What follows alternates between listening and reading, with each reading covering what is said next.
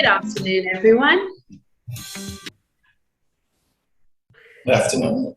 Good afternoon and welcome, and thank you for those joining us right now. My name is Crystal Gaylord. I am your moderator for the day, and I am welcoming everyone for our third and final session of Wazobia 2021.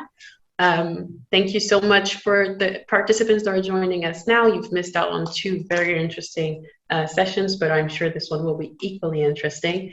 And I apologize for the short delay, but the previous session was so interesting that we had to overrun. We had quite a few questions coming in from the audience in the Q&A, so we decided that we would overrun a little bit. May I encourage all speakers to activate their cameras and make sure that they remain muted when they're not talking.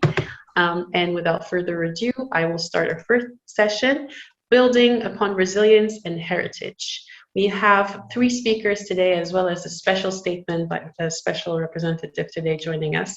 And I will be starting right now, introducing Dr. Obona Eronju, who is a special representative to the Abia State Governor. Thank you so much for joining us today. We really appreciate you making the time, and I'm giving you the floor for 8 minutes for your statement on the topic of building resilience upon resiliency and heritage. Thank you for joining us. You have the floor. Thank you for having me. Hopefully my network will hold up because it's been kind of sporadic in and out. So is it working? Can you hear me? We can hear you loud and clear. Thank you very much. Try to rush it and hopefully it stays. Anyway. The segment, as it says, is building upon resilience and heritage. Unfortunately, you have frozen. May I suggest that the staff removes her camera to see if we can hear her better when her camera is off, please? Dr. Obona Eronju, can you hear us? You are muted. Can somebody unmute her so that we may hear the speaker, please? Yeah, I think it's because my network went out for a bit. Yes, So, please go ahead. Okay, ladies and gentlemen, I wasn't able to join initially, but I did hear a bit of it. So allow me to rest on already established protocol because you've had this going. So I bring you greetings from the God's own state, Abia State, the state with the most diaspora-friendly governor, Dr. Okezie Victor Ikpeazu, the first and only state in the country to establish a diaspora commission. So we are diaspora-friendly. So this is up our alley. Thank you, my sister, Madam Gaylord, for the invitation, and AfricaFora. I'm very happy to be part of this Nigeria Week celebration and reflection. My topic, I took it a bit from what you have,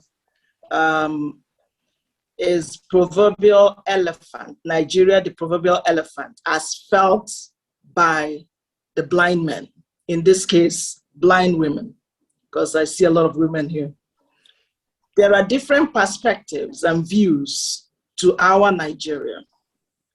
My perspective is that of a diasporan and a returnee, as well as a government official. Others will have different perspectives, and all are valuable.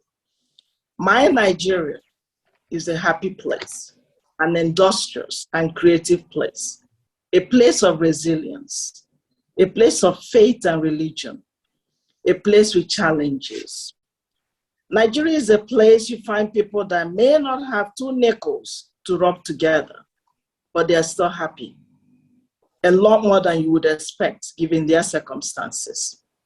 This is because Nigerians believe in the promise that tomorrow will be better than today and live their lives in that manner. Nigeria was China before China became China. We can fabricate and make anything we set our minds to. Nigerian young people are tech giants waiting to be discovered and able to do great things, even with minimal support. In Abia, where I'm from, we half jokingly say that we could come close to making a human being if we had to. Nigerians have the toughness and never give up attitude, which is unmatched. And these attributes we take with us as diasporans around the world. Nigerians are very intelligent and don't believe in the word impossible, always seeking ways to constantly improve and be better. Nigerians are people of strong beliefs and abiding faith that bring them comfort and coping skills. There is a place of worship at every nook and cranny in the country. The stabilizing effects cannot be overestimated. Yes, Nigeria has problems with governance and management. The disparity in wealth and opportunity is glaring and widening. Indeed, I am describing one country, a country that is unique in its problems, a country that has the potential to solve most of its problems, a country we all love or should love. Ladies and gentlemen, my fellow diasporans, fellow Nigerians, and friends of Nigerians, we can still make a difference. What you call your dog is what your dog answers. Demarketing Nigeria will not make it better. Demarketing Nigeria will not bring the investors we seek. Demarketing Nigeria will not bring our children back to Nigeria to help fix it. Nigerians are the best and brightest in every field around the world. It will take all of us coming together and agreeing that Nigeria is worth making that country we can be proud to live in for it to happen. We need that critical mass. If not you, who will fix it? So let's do it. If not for ourselves, then for future generations. Ladies and gentlemen, my Nigeria is my heritage, my home. And home is where your heart is. And in that spirit, Nigeria is home and will always be home. Once again, thank you for inviting me. May God bless us all. May God continue to bless and heal our beloved country, Nigeria. Thank you so much. Thank you so much for such inspiring words. Very powerful and very true. Pointing the finger when they need to, but also pointing the finger at the great things that Nigeria is and that Nigerians are. This is truly appreciated. Thank you very much. We will be moving to our second speaker of the session, who is Frisky Lar, joining us today from Nigeria, I believe. He will be speaking to us, on forging ahead with a Nigerian identity in local government, and I will be introducing him formally.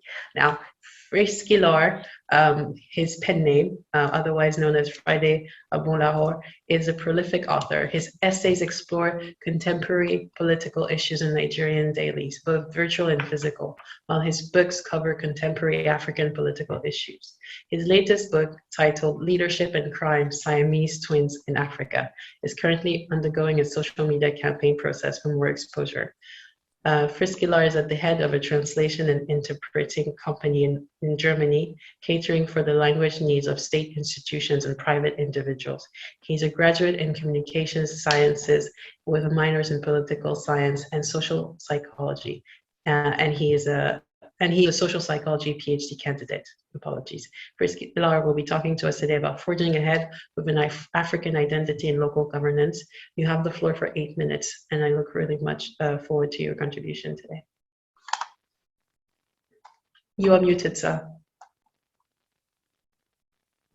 So thank you very much. I think the muting is off now. Yes, we can hear you. We're having to contend with fluctuating network here, the typical Nigerian thing that everybody, goes through when you're talking from Nigeria. In any case, I'll try to be very quick on my issue. The basic issue I'm going to address today on an African identity and local governance stems from the days of, if we all remember politically, the issue of the axis of evil. Latest, when the issue of the axis of evil started, on the invasion of Iraq and the plans, to march on to Syria and to march into neighboring countries with the basic goal of spreading democracy, the issue was raised to the front burner. If democracy is the only method of governance that will suit every country, irrespective of the social and political nature of a local environment. Now, my understanding and my presentation of this subject is very well detailed in one of my books titled Lost in Democracy. It is an issue that started when I once visited China and had a chat with a few Chinese intellectuals, professors and lecturers in universities. One of them told me something that struck me very strongly and took me back to the days of the Tiananmen protest, when the Chinese government clamped down on protesters who were clamoring for some kind of Western style democracy and stuff like that. What actually prevailed then is that souls were lost, lives were lost, and the system on which the country's political survival was hinged prevailed. Now, this professor who I spoke to told me one thing. If Tiananmen had succeeded and Western democracy was installed in China, a lot would have been different in that country. The welfare state, the elevated affluence that the country enjoys will probably not be the same today. And when I was told that, because he told me, look, we have different values in our society. And I remember a statement once made by Lee Kuan Yew of Singapore, small island state, when the man said, look, Western democracy emphasizes individual freedom. And we in traditional societies highlight different values. The African value, for instance, is always based, much like the Chinese values as well, much like the values across the Asian continent, on respect for elders. We have hierarchies that starts from the traditional ruler down to the least person in society. These were values African societies lived on before the emergence of colonialism, who brought us into a different way of thinking and revolutionized our lifestyle in all facets of society, from our mode of dressing, from the language we speak, from the kind of food we eat, from the manner of interaction, to whatever you can imagine. Now, we do know in African societies, basically, that our traditional rulers are held in reverence. But having copied what the Westerners told us, that the ultimate system of governance that can help any society is democracy, we have been plunged into a crisis-ridden political system, which makes elections, no matter where you go in Africa, look like a tug of war. There is, in my country, Nigeria, basically, whenever there are elections, you talk of thuggery, you talk of people running around with snap ballot boxes, and of course, lives are always lost in electioneering. But the question is, where did we miss out down the line? What did we lose somewhere? Now, I just mentioned the reverence we associate with traditional rulership. As a free-born citizen of Edo State, Benin, I will give the example of my monarch, the Oba of Benin. If for any reason, under today's condition, as it was partly worse in the pre-colonial period, the Oba of Benin has a reason to pass a decree and say, look, today I want everybody to stay indoors. Nobody comes out on the streets. A true-born Benin man will adhere to this command down to the very letters. The Oba will not need to use military force. Everyone will obey the words that they hold in awe. Now, if the president of the country or the governor of the state passes a law that people should not come out at a particular time, of course, he will need policemen and soldiers to patrol the street to enforce the law. Now, if we know we have this natural gift in leadership that we hold in reverence, why have we not explored more of it till our present day?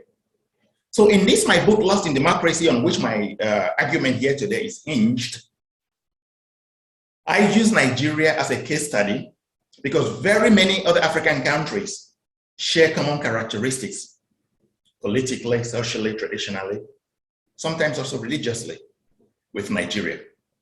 Now, if we know, or if we knew that we had this much reverence for traditional institutions, of course, we cannot create a political environment that is dominated by traditional leaders. But Leopold Sédar of Senegal once told us we should assimilate, but do not be assimilated. We had an opportunity, of course, to practice a constitutional setup that is very, very useful in every any politically designated environment, like it will be in Africa as well. Adopting constitutionality and blending it with our own local elements, making the best out of it, and getting the best out of ourselves would not have been misplaced. So when I wrote this book and did the formal presentation once in a conversation with former President Olusegun Obasanjo and the late Secretary General of the United Nations, Mr. Kofi Annan, there were plans to help me boost this book and look deeply into consider deeply those things I recommended in the book. And the most important thing I recommended, which is not in any way perfect, which is not in any way unassailable, it was meant to be a starting point for the inculcation of an African element in the political systems that we adopted from the colonial masters that have been creating lots and lots of problems for us today across the board in the entire continent. While political systems in Europe and those countries who feel at home and comfortable with democracy functions with more fluency, the slightest irritation in the system in Africa, Nigeria being a prototype and a case study, leads to bloodshed, attacks, and violence.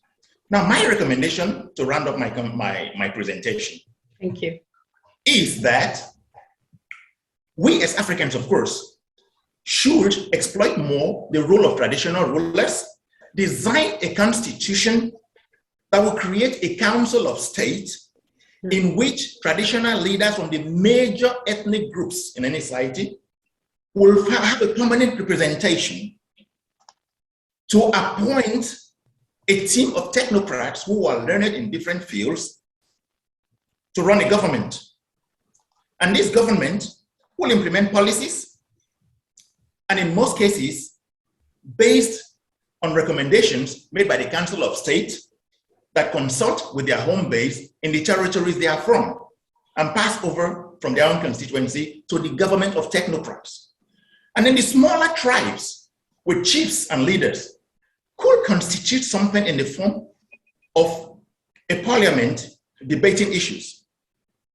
This is definitely not unassailable. It is not perfect. Of course, you're going to have skirmishes. You're going to have people complaining time and again about a particular leader from a particular zone being marginalized or not being taken too seriously, and lots of things will happen. But a starting point will have to be found, will have to be designed to inculcate, as I said before, an African element in leadership. And until that is done, Africans will continue having problems in the practice of democracy. There has to be something for us to assimilate while we do not get completely assimilated. Thank you very much. Thank you so much, Raskeelar. Very much appreciated. And we have at least, I think at least one question that has already come through, and no doubt more. I encourage the audience to put their questions either through the Q&A or directly to a member of staff, which will relay then the questions to me. Thank you very much. So without further ado, we'll be going to our next speaker, who is Emeka Nwachimere, who I also believe has just had a baby addition to the family today. So congratulations for all of the AfricaFora team and no doubt the rest of the audience. Thank you so much for joining us, and despite no doubt a celebratory moment that you should be enjoying. So you'll be talking to us today about building a resilient food system for Africa that feeds the world. Mr. Nwachimere is a goal-driven innovation and technology enthusiast passionate about the transformation of Africa into the global food hub. He's a fellow of the Social Innovation Program and a recipient of the Total Startup Awards for Innovation and the Nigeria Innovation Award. He was named as part of the Africa Prize shortlist of the Royal Academy of Engineering in 2018, and also won the 2017 World Bank Ideas for Action, placing first out of 743 teams from 118 countries. Emeka's efforts include answering the question of how the world would be able to feed 9.7 billion by 2050, including through his work with the startup Kitovu Technology Company, a United Nations STI 2020 winner. Emeka is a graduate of the University of Nigeria in Nsukka, where he studied mechanical engineering. He has also received specialized training on business and entrepreneurship from Enterprise Development Center, Pan-African University of Lagos. He hopes that his legacy will contribute to eradicating extreme poverty and hunger in Africa and in the world. He's also a writer and a public speaker with interest in governance and advocacy, which will no doubt come out in his presentation today on building a resilient food system for Africa that feeds the world. Mr. Nwachimere, you have the floor for 8 minutes. Thank you so much for joining us today. Okay. Thank you so much, and thank you for the congratulations coming my way. It was totally unexpected, but it does also give me a starting point for my presentation. So, like you heard, I welcome the daughter today. And I am pretty very sure that all over the world, there were people who were born today. And the projection is that by 2050, about 9.7 billion people would need to be fed.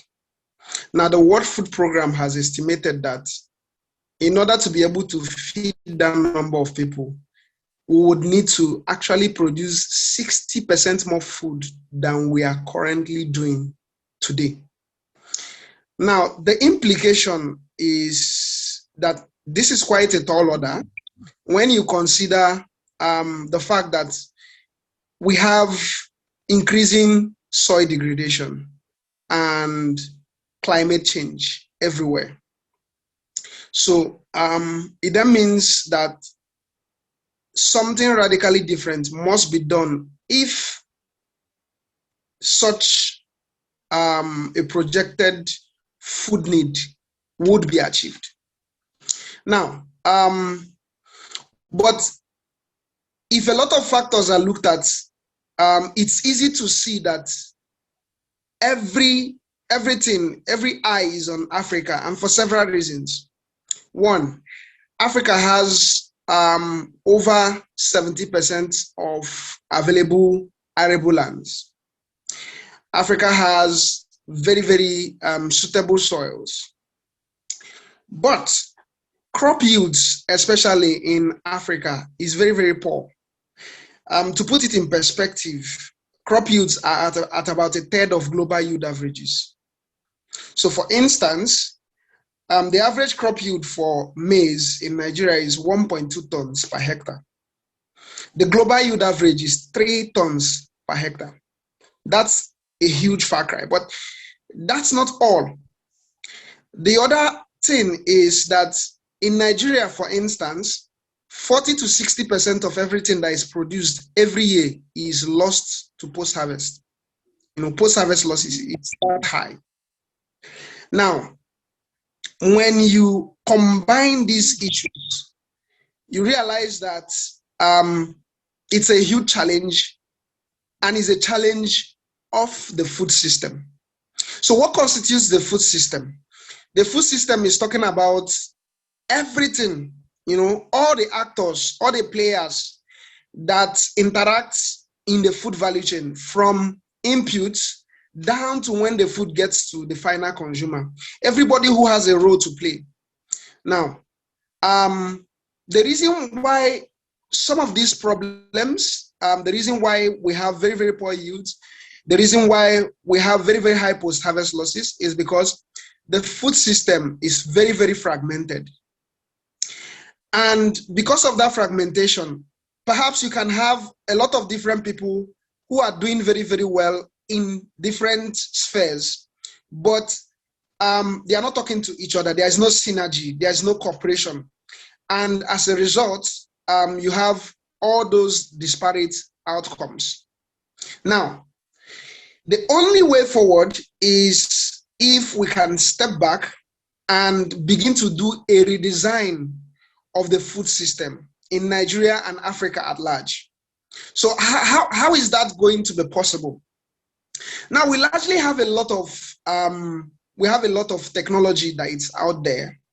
There's a lot of opportunities to leverage data, multiple data streams, as well as artificial intelligence to build resilient food systems for Africa.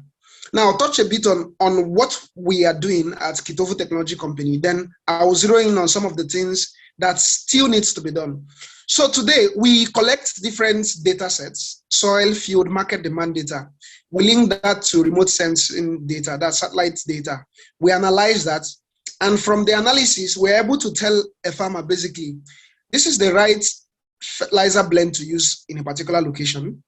This is the quantity that is optimal, and this is the variable application rate. So you don't just apply a one-size-fits-all fertilizer to your farm, but you are actually applying according to the nutrient needs of the crop and the nutrient deficiency of the soil. But not just that, we're also providing crop health audits. So per time, the farmer can look at his farm every week and he will know the performance, know how well it is doing, right? So it's like, to put it, one way to put it is, so let me come back to babies. I remember the first time I had my son, I read several books, I prepared severally, but nothing prepared me for what was to follow. When the young child started yelling in the night, I was not prepared for that at all. So I had no idea of knowing what exactly was the problem. Was he hungry? Was he wet? I had to figure out everything by trial and error, right? Now, in a way, it's the same thing for the agricultural sector. A lot of the things that are done using guesswork, right? And because of the guesswork, we have all those kind of issues that come out. Now, we have a huge opportunity, which is part of what we are doing, to use data to allow the stakeholders to understand what the soil is saying, what the crops are saying, what the different interactions across the ecosystem are saying, so that we can optimize productivity. Now, the only way this is going to work is it's not something that one person or one player can do. Yes, we're doing a bit, but there are lots of areas. For instance, a lot of the farmers have very, very low purchasing power. So it means that it is important that they will have finance that is tailored to them that they can, use. But, banks and financial institutions are not necessarily looking at that area because they think it's too risky, and for good reason, which means there is need to rethink the entire, data policy to see how we can collect data that, visualizes what is happening in the sector, so that you can have things like risk and credit profiles that will give banks the incentive to invest. That will also spotlight areas where there are possibilities that will allow, private sector to come in and invest in places like storage, in places like logistics. Now, when you have all these data curated and you are making sense of all the data, right? It allows you to begin to build a resilient food system. Yes. One where all the actors are connected Yes. in a way that brings out the best in the agricultural sector. And when we do that, we will not only be able to feed Africa, but we'll be able to ensure that when the world needs food to feed 9.7 billion people, Africa will be their focus. Thank you. Thank you very much for your presentation and your points. We have a few questions that have come in on your presentation already, and I will get back to those in a second. But before I welcome our fourth and final speaker for the session, I just wanted to recognize Mr. El Amin, who is part of the audience today joining us. He's head of program department at NIDCOM, and we welcome you and we thank you so much for joining and being part of the audience for the session so far. We hope you're enjoying it, and we will potentially take one of your questions at a later time. So without further ado, my fourth and final speaker for this session on building upon resilience and heritage is Ayodele Ikwesan, who will be speaking on sports heritage in Nigeria and abroad. Ms. Ikwesan is a world-renowned French-Nigerian athlete. She has over 2 decades experience in sports with a focus on sprint, and she has made a name for herself in these fields, for her name and herself and her country, in these fields. Ms. Ikwesan has competed 2 times in the Olympics, in Beijing in 2008 and in London in 2012. She was also a semi-finalist both times in the French relay, so 4 times 100 meters. She has also participated in 4 world championships in 2011, 2013, 2015, and 2017, finishing 9th in the London 2017 World Championship with the relay 4 times 100 meters.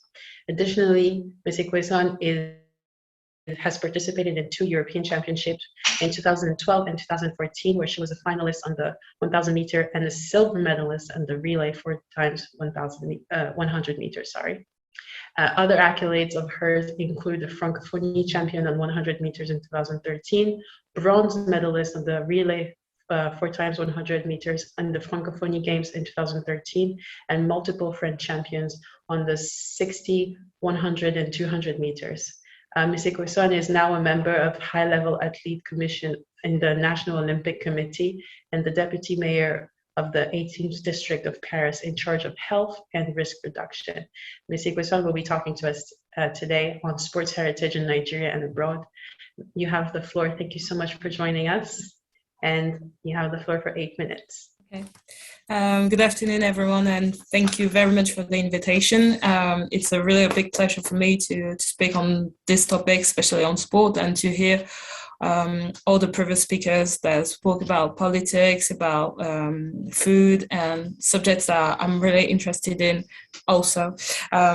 Regarding sport, when I was asked to talk about sport heritage and resilience in Nigeria, the first thing I thought about it was what happened this summer in Tokyo. Maybe you heard of it, but 10 athletes were declared ineligible to compete to Tokyo to the fact that the AFN, so the Athletic Federation of Nigeria, didn't meet the minimum testing requirements, which means that the federation was not compliant to the anti-doping procedure, and 10 athletes were in Tokyo already and they couldn't compete, which was very terrible because we saw images of them protesting in the village. And if as an athlete, I know how hard it is to train and to the sacrifices that are needed just to qualify for the Olympics, and being at the Olympics without being able to compete is very a big issue. And so they couldn't compete because of something that should have been anticipated by the federation. And well, regarding this point, the thing that I wanted to raise is that it's something that needs to be worked out by the federation so that it won't happen anymore, because it gives like suspicions on the performances that Nigerian athletes are making.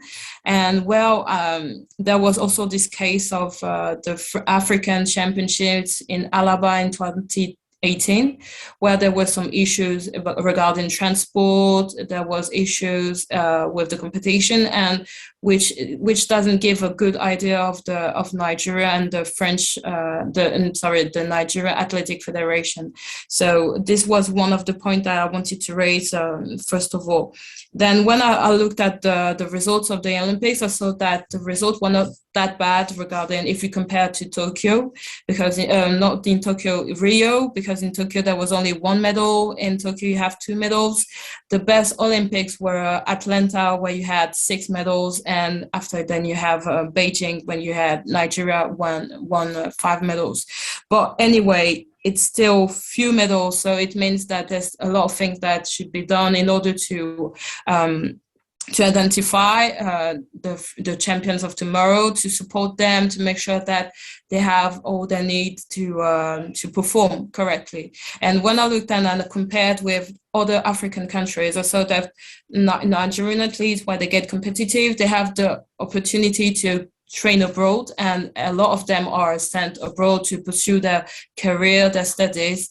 And well, when you compare with, like, for example, in track and field, Ivory Coast athletes, like for example, Marie-Josée Talou, she decided to stay in Africa. She used to train in Senegal, and now she's training in Ivory Coast, which raises the point that Nigerian athletes often goes abroad, and they should have the opportunity also to stay at home and have the facilities, the infrastructures, the scholarship, and everything that could help them to perform and to compete and to be able to win medals, and stay at home, stay in the country and train correctly.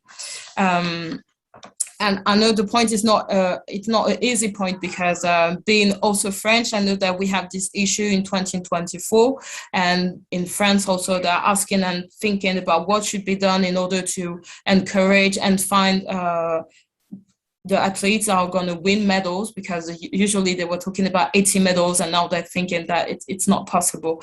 But when I look at, for example, what is done in basketball, when I look at the results in the under-20 World Championships in track and field with the Nigerian athletes, there's a lot that needs to be done, but you can also see that you have those athletes, you have those potentials that needs to be encouraged, and maybe if they have the correct support, we can have more medals in 2024.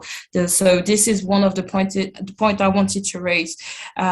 Regarding Nigeria's heritage in sport and in abroad, as you said in the introduction, I'm a French Nigerian athlete, and there are a lot more and more athletes, and that are half Nigerian or they have Nigerian roots and they were born abroad.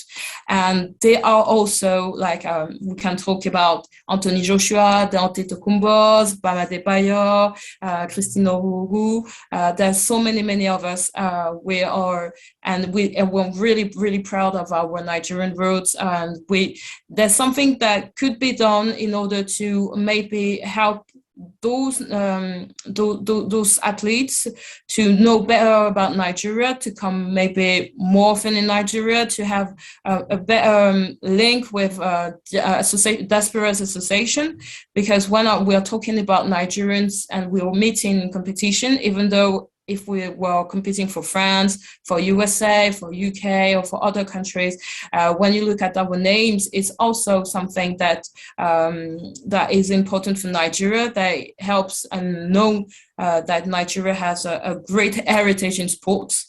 But I think that's something that needs to be done to encourage us to participate in Diasporas Association, maybe to get involved in Nigeria in projects around sport, because I believe that in sport you do a lot of things, social inclusion, you can work on health, you can also encourage people to follow their studies. Well, there's a lot of things you can do. And for example, for my case, I'm now a deputy mayor, as you said in the introduction, and this is because I was an Olympic athlete. It's not because of my studies, it's because I was engaged in sports in France, and I used to work on those studies, and then it was like an opportunity to continue to speak out, to speak on sport, and to work on these aspects in France. And I believe that you can do the same things in Nigeria with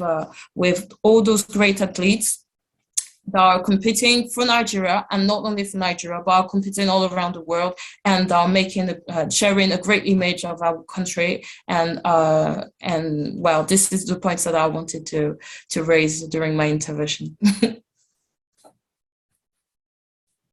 Thank you very much for that. And I think we also have, actually, we have one question that's coming through the Q&A. We have another question coming in from the audience through staff, and I will get to those in a second. Let me perhaps start with questions that were addressed to for Scalar.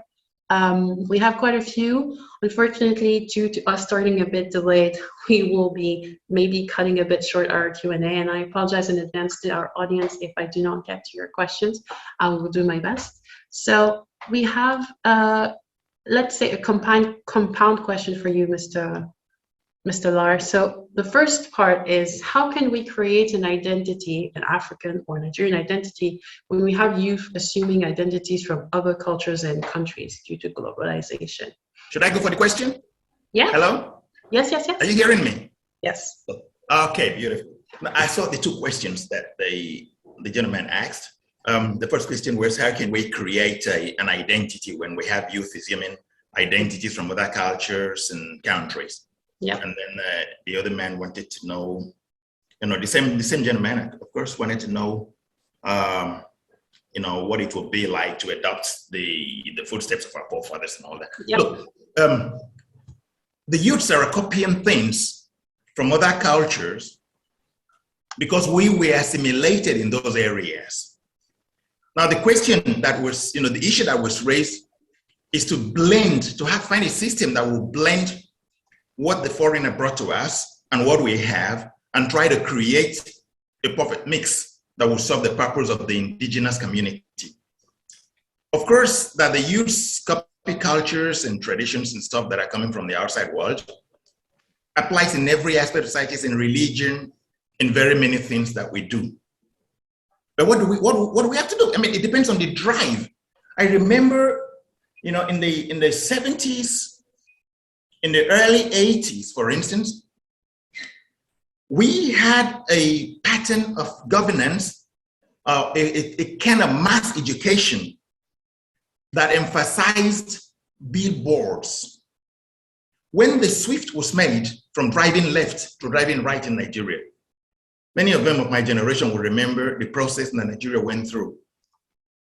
Aside mass mobilization through the mass media, the billboards, through television, electronic media, television, radio, and newspapers, the billboards played a big role. Drive right, do not overtake on the right. There were lots of instructions that you always speak and displayed on the roadside. Now, if mass mobilization of this sort, of course, all these things died out with time when standards and a lot of things started deteriorating within the system. Now, if we have responsibility in government, we have leaders who take up the challenge of promoting a direction, it won't be difficult for the youth to reorientate. There were times when we had Nigerian National League, when we had Enugu Rangers, when we had the Mighty Jets of Jazz, when we had very many big soccer teams. But today, when you talk of soccer in Nigeria, people talk of the the European, British Premier League. Nigerians talk of Arsenal. Nigerians talk of Manchester. Like we don't have teams in our country anymore. These are all part of the failure of leadership. when things get out of control, it has a kind of domino effect. And this domino effect is what has broken down to very many tiny things that we see in the culture of today. Thank you very much for that answer. And that links to the point, I think, about our last speaker, who I think will be the next one to whom I will address a question which we had through the Q&A. Ms. Ikweson, how do we get more talent abroad when scouts hardly come to Africa to view talent? Look at the Nigerian males football team or the basketball team. Most of the guys are based in Nigeria, and these guys are some serious talents too. And if we look at the fact that I think it was the basketball team this year that had to fundraise for themselves and raise awareness for themselves because they weren't being supported appropriately. So how do we get more talent abroad? And may I add, how do we get our talent to be properly fostered at home as well when scouts are not coming? Yeah, so this is a really interesting question. I think there's 2 or 3 things that I could say about this at this point. We talked about social media, for example, at the previous speakers, they talked about, I think social media is a tool that can be maybe used more to show the talent that we have in Nigeria, to show a different image sometimes on some subject. And for example, to valorize and promote the talents that we have at home. Then what can be done is also, we talk about supporting, encouraging the talents that we have home. We have a lot of companies. They are, if you work in fact of sponsorship, finding companies that could sponsor easily a national football team, for example, a basketball team. And then if you work with the media, then it will be easier to know what's going on in Nigeria, how the team are playing, the statistics also, because I have one of my brother who's playing basketball, and I have an uncle who's a journalist in basketball, and what people need is statistics. So we need people to be watching the teams, watching the match, being able to raise and give more information all around the world, which means that if there's no basketball teams on, a basketball match on TV or football match on TV, then you won't know what's happening over there. So it means that there's the issue of how do you see and find new talents over there? How do you promote them? How do you work with the industry, with the companies? How do you work with the social media? And of course, the federations, they have also their duties. They have to work on those topics in order to Nigeria to have good teams and people to be able to get prepared properly in Nigeria. But I know that there's not a single answer to this, because as a French athlete, I know that we have the same, not the same, but we have kind of some issues that could be around detecting people, detecting talents, and encouraging them.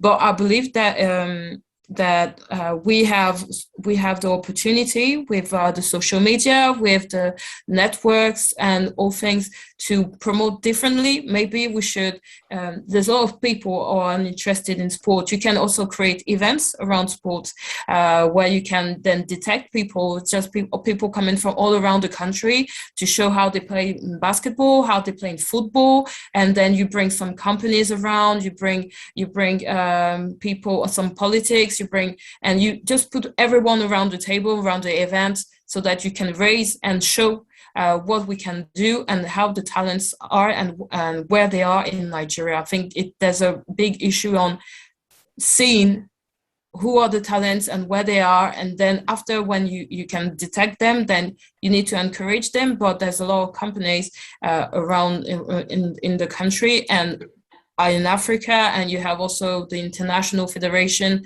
of Football, Basketball, you have also the Olympic Committee, you have also the Youth Olympic Games in Senegal, who will soon be held. So we need to take those opportunities to show it's done in Africa, and especially in Nigeria. Thank you very much. I have one last question for a single speaker, and then I'll be asking a question to the entire panel. So, Mr. Lochinamere, we have a question for you. We have quite a few, but unfortunately, I'll be sticking to one so far. And it is, in your consideration and in everything that you have discussed about, having to rehaul the food systems that we have at the moment, to what extent have you taken into account climate change and land degradation impact on agricultural sector and food systems in Nigeria? Okay, thank you for that very, very important question. Like I mentioned, climate change and soil degradation, they are largely very, very huge problems that is facing Nigerian farmers even today. It's no longer something that we hear from afar. Even farmers near us that we know are experiencing those challenges. For instance, some farmers in Oyo State, where we are based, where our headquarters is, they planted, and then after they planted, it didn't rain, and then they lost their crops. Now, for instance, for us, part of what we are doing around that is that we are analyzing weather and meteorological data, and we are combining that with satellite data to provide farmers with agronomic insights that allows them to do their farm operations based on data. So you don't just go out to go and plant. In fact, everything around climate, it affects agriculture so much. For instance, a farmer can, go get a herbicide and then he sprays it, and then maybe it rains, and he comes and tells you, oh, the herbicide was fake. It was not fake. He may have, bought a what we call contact herbicide, and then he rained, but he's not taking that into account. In that case, if he had access to data, he would have made a smart decision to understand that during this period it's going to rain, so he will use what we call systemic herbicides, right? The same thing with fertilizer. Imagine if a farmer applies fertilizer and it doesn't rain.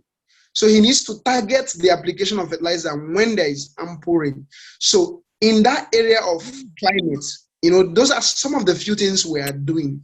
In terms of soil degradation, we are providing fertilizer recommendation services. Like part of what leads to rapid degradation of the soil is when you just apply one size fits all fertilizer to the soil. You just apply fertilizer without taking into consideration what the crop you are growing is, what the current state of the soil is. It worsens whatever the soil condition was. Now, part of what we are doing is ensuring that the farmer understands the state of the soil and what he should do in terms of the type of fertilizer and what quantity and how to apply it across his farm, so that he's actually giving to his soil, his crop, sort of a soil and crop specific fertilizer. So okay, it's the kind of fertilizer that is tailored for his soil and his crop. So those are the areas that we are currently working to mitigate the impact of soil degradation and climate change. Thank you very much. Okay, thank you so much for all of your answers so far. And then I have a final question for the panel. As we've said throughout the conference, all of you have very niche expertise, and it may seem like all of these things are very distinct, but they actually link quite well with the topics that we've had in previous sessions. If you were able to join, we're talking about the fact that Nigerian government is not investing enough in the potential of the youth. So here we're talking about sport.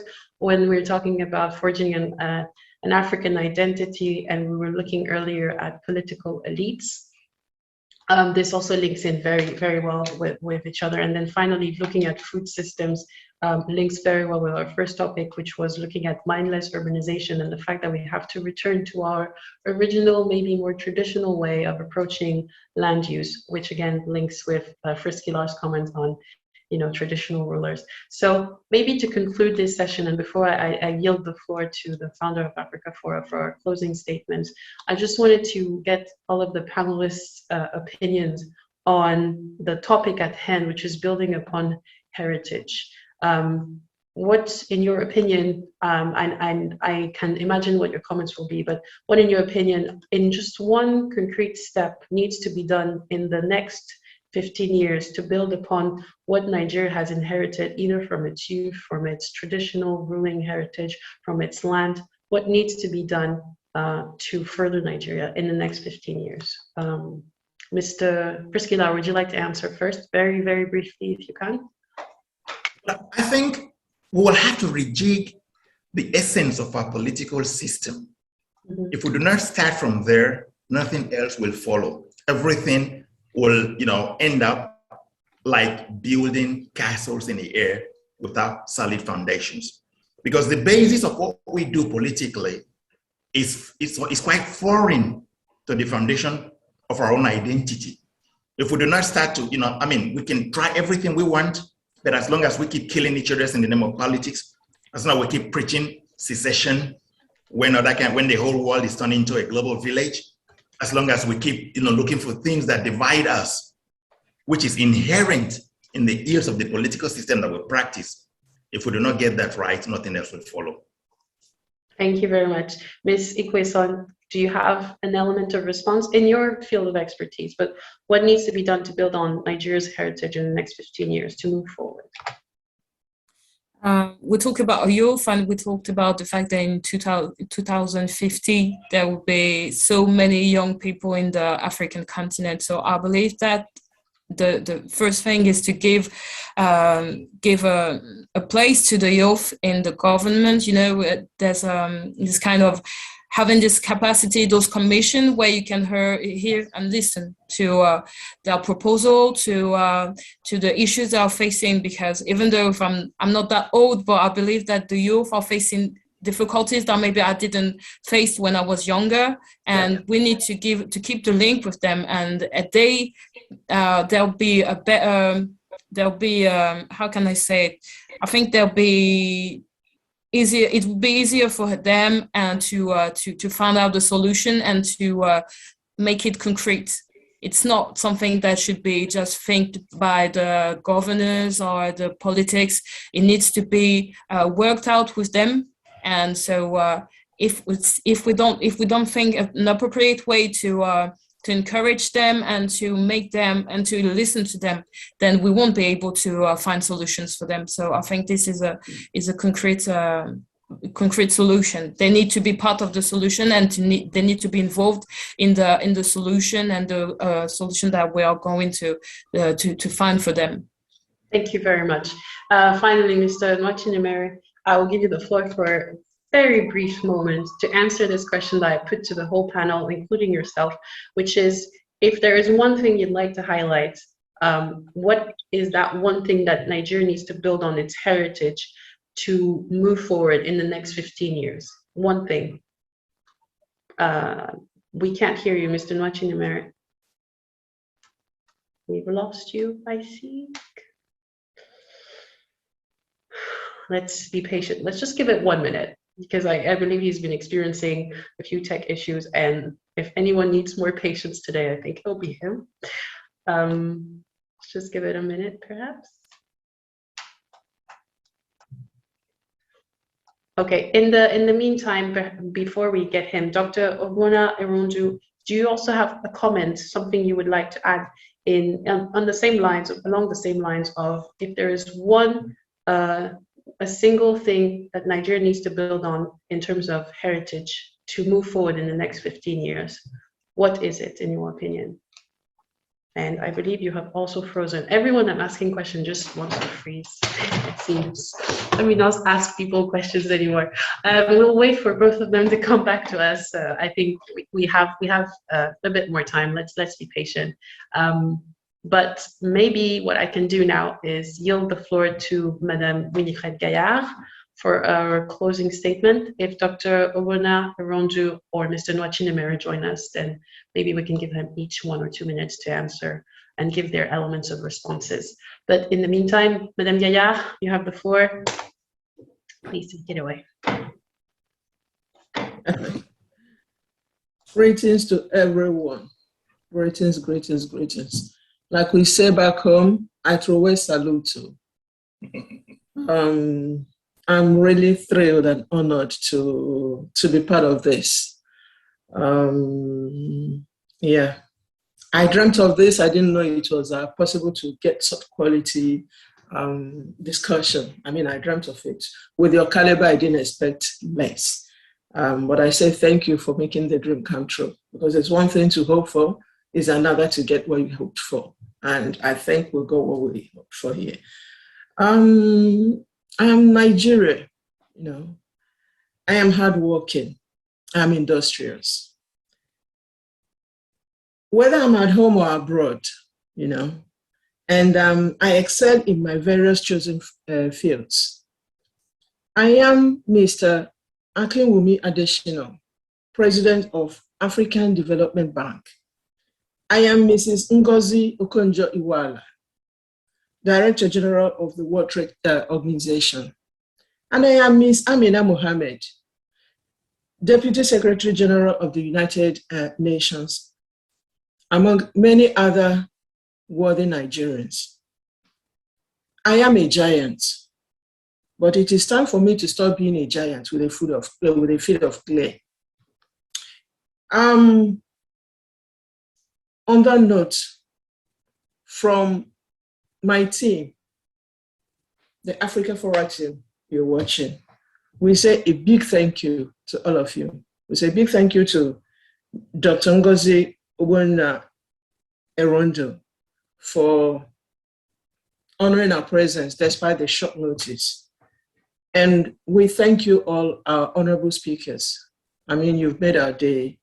You've made Nigeria proud, because everybody did not talk about only it's not just about heaping praises on Nigeria, but it wasn't just about bringing down Nigeria, because no matter how bad things are, there is always after the rain, like we say, comes sun. Things are bad. We've seen good days before. Things are bad now, but things will definitely come better in the nearest future. So we say a very big thank you to all of you for contributing to this. And we're looking forward to taking it. It's not just about talk. We are not United Nations. We are not African Union, where people talk and drink tea. We should take this to another step, because the idea is, how do we move? And you guys have really given the tools. So we should take it to another step. And we look forward to working with you in doing that. Thank you so very much. Thank you so much for those inspiring words. I would also like to thank our patron of the day, His Royal Majesty Eze Oji Ananaba, who is chairman of the Obingo Council of Traditional Rulers in Abia State. And also thank again Mr. Mustafa Amin, who is head of program at NIDCOM, for joining us in the audience today. Again, I join myself and echo Mrs. Gaillard's comments, thanking all of our honorable speakers, those who have been with us from the morning, who I still see in the audience, and the three speakers that we've had today, Ms. Iko Islan, Mr. Friskilar, and Mr. Nwachinemere. Thank you so much. I believe Mr. Nwachinemere is still experiencing some technical issues, but thank you so much for imparting to us your expertise, your experience, and your recommendations. As Ms. Gaya has said, we're not just here to sit and drink tea. It is AfricaFora's habit of always having a communique which brings forward all the recommendations that were discussed during the conference, so that we actually can put these recommendations to the relevant department bodies, whichever, and we can come together and act upon these things that we have discussed. So once more, thank you so much for making the time to join us on a Saturday to celebrate Nigeria, to heap praise when it is appropriate, to point the finger when it is appropriate, and just to come together as a nation that is, all of us are concerned with making things better for ourselves, for our youth, for our older generations, for our land, for the country in general. Thank you so much for your time. To all our participants, thank you for bearing with us this far, and we hope to see you soon at our next conference. Make sure to follow us on social media if you're interested in knowing more on our next conferences and topics and events, or you can go on our website for more information on all our activities. To all our speakers, thank you very much. We'll be in touch with you very soon with more information on the communique and the wrap-up of the conference. And I think the audience is joining me in saying congrats, and thank you so much for joining, for imparting your knowledge on us. Thank you so much, everyone. Have a blessed weekend. Bye. To all of our attendees who are still in the audience, thank you so much for joining us today. We look forward to welcoming you at our next events, and I welcome you to either follow us on social media or have a look at our website. We will be putting an end to the session now, and we hope you enjoyed it as much as we did. It was a pleasure hosting all of you today. Have a lovely afternoon and a wonderful weekend. Goodbye.